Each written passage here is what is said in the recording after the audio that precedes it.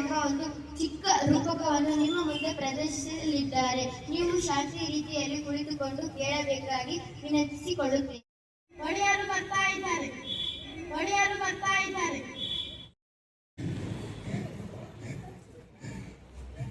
ಕೃಷ್ಣ ಕೃಷ್ಣ ಕೃಷ್ಣ ಕೇಳಿ ಕೇಳಿ ನನ್ನ ಕಿವಿ ಕೂತು ಬಿದ್ದು ಹೋಯಿತು. ಯಾರು ಯಾರು ಯಾರು ಯಾರಿ ಕೃಷ್ಣ? ಹಾಲು ಕೊಡಲು ಹೋದ ಪುತ್ರಿಯ ರಕ್ತವನ್ನೇ ಇಲ್ಲಿನಂತೆ ಸವಾರಿ ಮಾಡುವಂತ ಬೆನ್ನುಡಿದರೆ ಚಕಟವನ್ನೇ ಮುರಿದಂತೆ. ಅವನ ಕೈಯಲ್ಲಿ ತುಣವಂತ ಆಟದ ಬೊಗುರಿಯಾಗಿ ಹೋಯಿತು. ಇದೇನು ಬೆಲ್ಲದ ಹಣ್ಣು ಬಡಿಯ ಬಡಿಗೆ ಆದಂತೆ. ಗೋವರ್ಧನ ಬೆಟ್ಟ ಖರ್ಚಿತ್ ಛತ್ರಿಯಾಗಿ ಹೋಯಿತು. ಯಾರು ಯಾರು ಈ ಕೃಷ್ಣ? ಎಲ್ಲಿಂದ ಬಂತು ಈ ಶಕ್ತಿ? ಯಾರು ಕೊಟ್ಟು ಈ ಶಕ್ತಿ? ನಮ್ಮ ಗುಢಾಚಾರ್ಯರು ಶೋಧನೆ ಮಾಡುತ್ತಿದ್ದಾರೆ. ಒಡೆಯ, ಎಷ್ಟು ದಿನ ಶೋಧನೆ ಮಾಡುವುದು? ಬೆಂಕಿ ತಕ್ಷಣ ಕಚ್ಚುತ್ತೆ. ಶೋಧನೆ ಮಾಡ್ತಾರೆ. ಶೋಧನೆ ನಿಮ್ಮ ಮಗುಗಿಷ್ಟು ಮಗಳಾಗಿ ಅಂತ ಮಾಹಿತಿ ಸಂಗ್ರಹ ಕೊನೆ ಹಂತಕ್ಕೆ. ಯಾರ ಕೊನೆ ಹಂತಕ್ಕೆ? ಕೊನೆ ಹಂತಕ್ಕೆ ಬಂದಿದೆ. ಬರ್ಲಿ ಬಿಡಿ, ಬೇಜಾರು ಮಾಡ್ಕೋಬೇಡಿ. ನಾನ್ ಕೇಳಿದ್ದೇನಲ್ಲ, ಇಬ್ಬರು ಶೈಲಿಕ ಇವಾಗಿರಲಿಲ್ಲ. ನಮಸ್ಕಾರ ಅನ್ನದಾನ. ನಮಸ್ಕಾರ.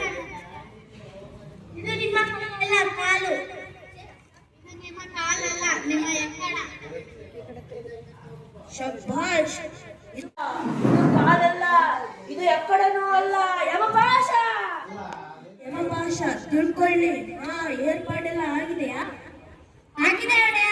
ಸಾಹೇಬರ ಬಂದು ಕೂತು ನೋಡ್ತಿದ್ದಾರೆ. ಹೌದು ಒಡೆಯ. ಕ್ರೀಡಾಂಗಣಕ್ಕೆ ಇರೋದು ಒಂದೇ ಬಾಗಿಲು. ಬಾಗಿಲುವಾಡದ ಕಮಾನಿಗೆ ಕಿರುಗತ್ತಿ ಅಲಂಕಾರ. ಬಾಗಿಲುವಾಡದ ಕಮಾನಿನ ಮೇಲೆ ಗಾಜಿನ ರಾಜಗೋಪುರ. ಅದೇನಾದ್ರೂ ತಲೆ ಮೇಲೆ ಬಿತ್ತು ಅಂದ್ರೆ ಶ್ರೀಮದ್ ರಮರಮಣ ಗೋವಿಂದ ಗೋವಿಂದ. ಆದ್ರೆ ಅದು ತಲೆ ಮೇಲೆ ಬೀಳಬೇಕಲ್ಲ. ಬೀಳುತ್ತೆ ಬೀಳುತ್ತೆ. ಇಡೀ ರಚನೆ ಒಂದು ಸಣ್ಣ ಕೀಲಿನ ಮೇಲೆ ನಿಂತಿದ್ರೆ ಅದೇ ಆ ಕೀಲು ಎಳೆದು ಬಿಟ್ರೆ ಮುಗೀತು. ಒಳ್ಳೆ ತಮಾಷೆ ಕಂಡ್ರಿ ನೀವು. ಬೀಳಂಗೋವಿ ಕೃಷ್ಣ ಅದೇ ಬಾಗಿಲಿಂದ ತಾನೇ ಬರ್ಬೇಕು. ಬೇರೆ ದಾರಿನೇ ಇಲ್ಲ ಅಂತೀನಿ. ನನ್ನ ತಲೆ ತಿಂತೀರಿ. ಸುಮ್ಮನೆ ಇನ್ನೊಂದು ಬಾಗಿಲಲ್ಲಿ. ಇನ್ನೊಂದು ಬಾಗ್ಲ? ಎಲ್ಲರೂ ಬರೋ ಬಾಗಿಲಲ್ಲಿ ತಾನೇ ನಾನು ಬರ್ಬೇಕು. ಅದೇ ಒಡೆಯ. ನಿನ್ ಬುರುಡೆ ಒಡೆಯ. ಸರ್ಕಳೆ ಆಚೆ. ನೀ ಬಾಯಿ ಕೇಳ. ನೀ ಬಾಯಿ ಈ ಕಡೆ. ನಮ್ಮ ಪಟ್ಟದ ಹಣ್ಣು ಹೇಗಿದೆ? ಏನು ಅದರ ಹೆಸರು? ಕುವಲಯ ಪೀಡ. ಕುವಲಯ ಪೀಡ ಔಷಧಿ ಪಥ್ಯ ಎಲ್ಲ ಮಾಡಿದ್ದೀನಿ. ಹಳದಿ ಬಣ್ಣ ನೋಡಿದ್ರೆ ಸಾಕು ಗೀ ಅಂತ ಮೈ ಮೇಲೆ ಬೀಳುತ್ತೆ. ಬೀಳ್ಬೇಕು, ಮತ್ತೆ ಬೀಳ್ಬೇಕು. ಕೆಲಸ ಆದ್ಮೇಲೆ ಮದ್ದು ಆರಿಸಿ ಸುಟ್ಟು ಬಿಡಿ. ಅದನ್ನ ಮತ್ತೆ ಬೇರೆ ಏನಾದ್ರು ತೊಂದರೆ ಮಾಡಿಬಿಟ್ಟಿತ್ತು. ಮರಿ ಮಕ್ಕಳು ಇರ್ತವೆ ಪಾಪ ಅಲ್ವಾ? ನೀವಿನ್ನು ಹೊರಡಿ. ಸ್ವಲ್ಪ ಇರಿ. ಕೊಯ್ದ ಮೊಡ್ಡು ಯಾರಿಗೂ ಗೊತ್ತಾಗಬಾರ್ದು. ನಮ್ಮೂರಿನಲ್ಲಿ ಕಂಬಕ್ಕೂ ಕಿವಿ ಇದೆ. ಕಿಮಿಕ್ ಅಂದ್ರೆ ಇದು ಕೈ ಅಲ್ಲ, ಇದು ಕಾಲಲ್ಲ, ಎಕ್ಕಡನೂ ಅಲ್ಲ.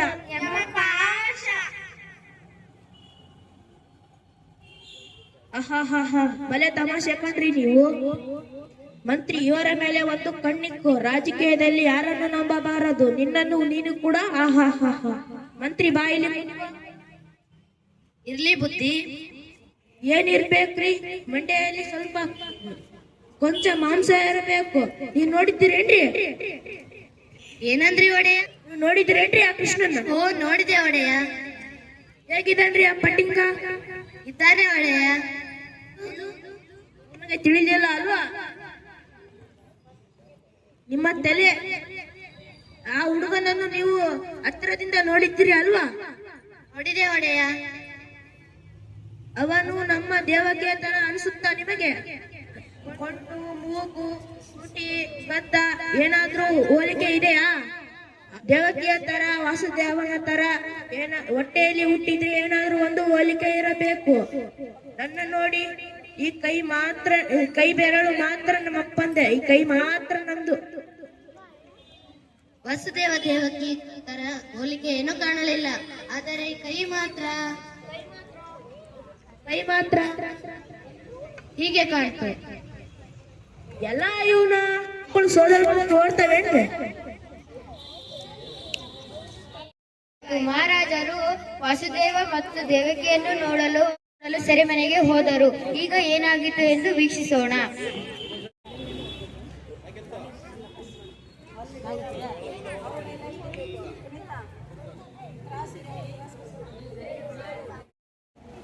ಕ್ರೂರ ಹೇಳಿದ ಎಲೆ ಯುದ್ಧ ಬೆಳೆದಿದ್ದಾರೆ ಮಕ್ಕಳು. 16 ವರ್ಷವಾಯಿತು ಕೃಷ್ಣನನ್ನು ನೋಡಿ ನನ್ನ ಕಣ್ಣಲ್ಲಿ ಅವನಿಗೂ ಎಲೆಗೂಸೆ. ಲೋಕದ ಎಲ್ಲಾ ಮಕ್ಕಳು ಅಪ್ಪ ಅಮ್ಮನ ಕಣ್ಣೆದುರು ದಿನ ದಿನ ಚೂರು ಚೂರು ಬೆಳೆಯುತ್ತಾರೆ. ಮಕ್ಕಳನ್ನು ಬೆಳೆಯೋದು ನೋಡುವುದು ಅಪ್ಪ ಅಮ್ಮನಿಗಿರ ಪುಣ್ಯವೇ ಪುಣ್ಯ. ಮಕ್ಕಳನ್ನು ಆಡಿಸಲಿಲ್ಲ, ಆರೈಕೆ ಮಾಡಲಿಲ್ಲ, ಗದಲ ನುಡಿ ಕೇಳಲಿಲ್ಲ, ಕೂಗಲಿಲ್ಲ, ಜೋಗಲ ಆಡಲಿಲ್ಲ.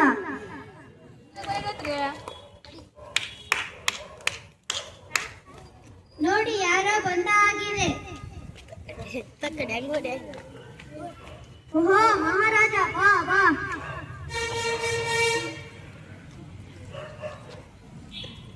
ನಿದ್ದೆ ಬಂತ ಬಾವ?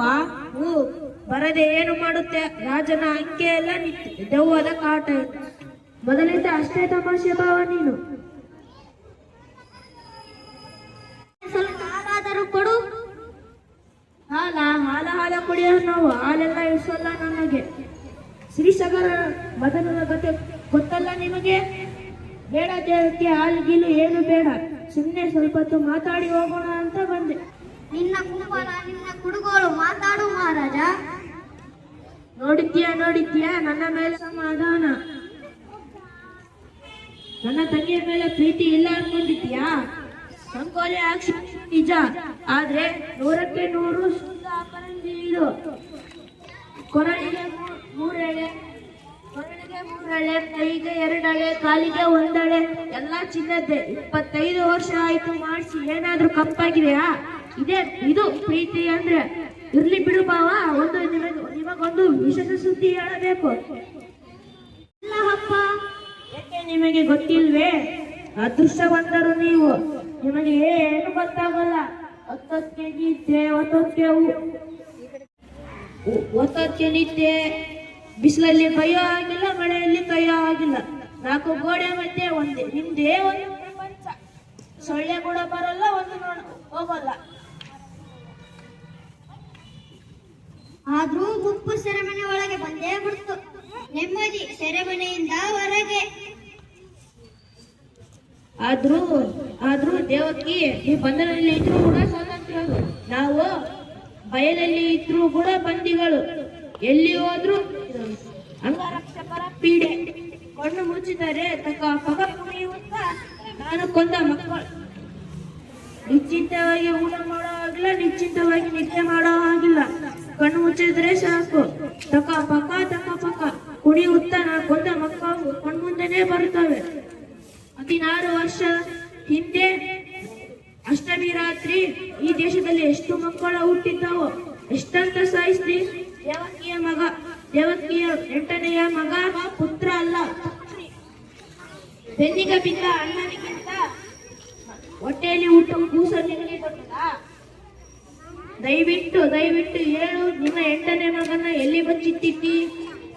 ನನಗೆ ರಾಜ್ಯ ಬೇಡ, ಕೋಶ ಬೇಡ, ಪೀಠ ಬೇಡ, ಪಗಡಿ ಬೇಡ, ಎಲ್ಲ ನಿನ್ನ ಗಂಡನಿಗೆ ಕೊಡ್ತೀನಿ. ಹೇಳು, ನಿನ್ನ 8ನೇ ಮಗನ ಎಲ್ಲಿ ಬಚ್ಚಿಟ್ಟಿದ್ದಿ? ನಾನು ನಿಜ ಹೇಳಿದ್ರೆ ನೀವು ನಂಬೋದಿಲ್ಲ. ದೇವಕಿ,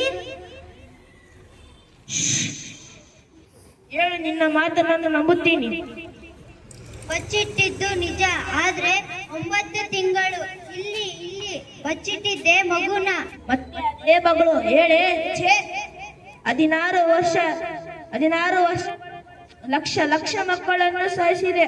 ಪಿಳ್ಳಂಗೋವಿ ಕೃಷ್ಣ ಎಲ್ಲರೂ ಬಂದವರನ್ನೆಲ್ಲ ಅವನೇ ಕೊಂದು ಬಿಟ್ಟ. ಅಪ್ಪ ನಂದ, ಪರಮಾತ್ಮ ಮಿತ್ರ, ರೋಹಿಣಿ, ಅವನ ಪೀಡೆ ಬಲರಾಮ. ನಂದನ ಮನೆಯಲ್ಲೇ ಇರೋದು. ಕತ್ರಿ ಹಾಕೋಕೆ ಬಂತು. ಅಲ್ಲ ಇಟ್ಕೊಳ್ಳಿ ಅಂತ ಸುಮ್ಮನೆ ಇದ್ದೆ. ಈಗ ನೋಡಿದ್ರೆ ನೀವೆಲ್ಲ ಸೇರಿ ಏನು ಮಸ್ತಕ್ ಮಾಡೋ ಹಾಗಿದೆ. ಕೃಷ್ಣ, ನಿಮ್ ಮಗನೇ ಅವನು. ನನ್ನ ಅಳಿಯ ಸೋದರಳಿಯ. ಕೃಷ್ಣ ನನ್ನ ಮಗ ಏಕೆ ಆದನು? ಕೃಷ್ಣ ನಂದನನ ಮಗ, ಕೃಷ್ಣ ಯಶೋಧನ ಮಗ. ನನ್ನ ಮಗ ಅಲ್ಲ ಅವನು, ಅವನು ನನ್ನ ಮಗ ಅಲ್ಲ ಅವನು. ನಿನ್ನ ಮಗ ಅಲ್ಲ ಅಂದ್ರೆ ಬಿಡು, ಅಲ್ಲ ಅವನು. ಅವನ ಕೊಂಡ್ರೆ ನಿನಗೇನು ಬೇಜಾರಿಲ್ಲ ತಾನೆ? ಮುಂದೆ ಏನಾಗುತ್ತದೆ ಎಂದು ಕಾದು ನೋಡೋಣ. ಧನ್ಯವಾದಗಳು.